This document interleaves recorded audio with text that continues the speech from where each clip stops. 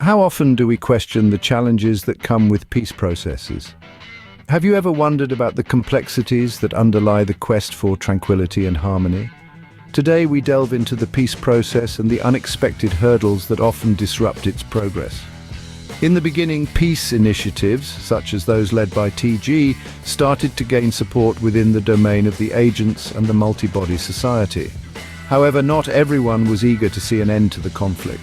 Some extremists, driven by ideology, fear, or personal interests, actively sought to sabotage the peace process.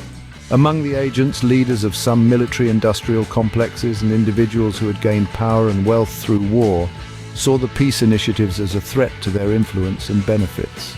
They used their resources and sway to disseminate war propaganda through the media, emphasizing the threat of the multi-body society and inciting public fear and hatred. Similar views were held by some radical group leaders and military commanders within the multi-body society. They viewed peace proposals as a betrayal of the sacrifices made by multi-body warriors, or believed that only by thoroughly defeating the domain of the agents could the safety and prosperity of the multi-body society be ensured. They incited their group members to resist the peace process and even prepared to take armed action to prevent the implementation of peace agreements. These extremists did more than just oppose peace verbally. They took concrete actions to try to disrupt the peace process. In the domain of the agents, some anti-peace military groups secretly carried out sabotage activities, including threats and assassination attempts against peace advocates and the destruction of communication lines for exchanges with the multi-body society. Similar actions were also taking place within the multi-body society. Anti-peace armed organizations launched attacks on communities and leaders who supported peace, trying to force them to withdraw their support for peace through acts of terror. These acts of sabotage posed a direct threat to the peace process and exacerbated divisions and instability within both societies.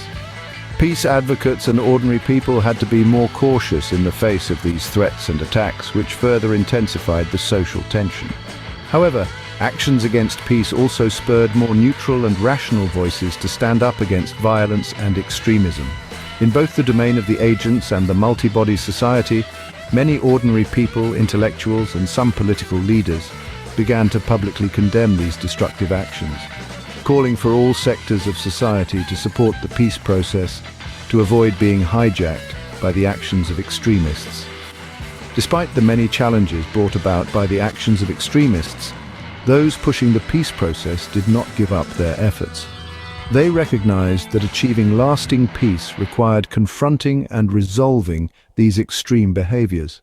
Leaders like TG and Xeon continued to cooperate with the international community, seeking new ways to resolve conflicts and strengthening the protection of individuals and institutions involved in the peace process. In summary, the journey to peace is fraught with challenges. Extremists, driven by various motives, often disrupt the process through propaganda, sabotage, and violence. However, these actions have also prompted a stronger response from those advocating for peace, leading to a public condemnation of violence and a call for unity in supporting the peace process. Despite the uncertainties of the future, the commitment to peace remains strong, and the search for solutions continues. The road to peace may be rocky, but the determination to reach it is unyielding.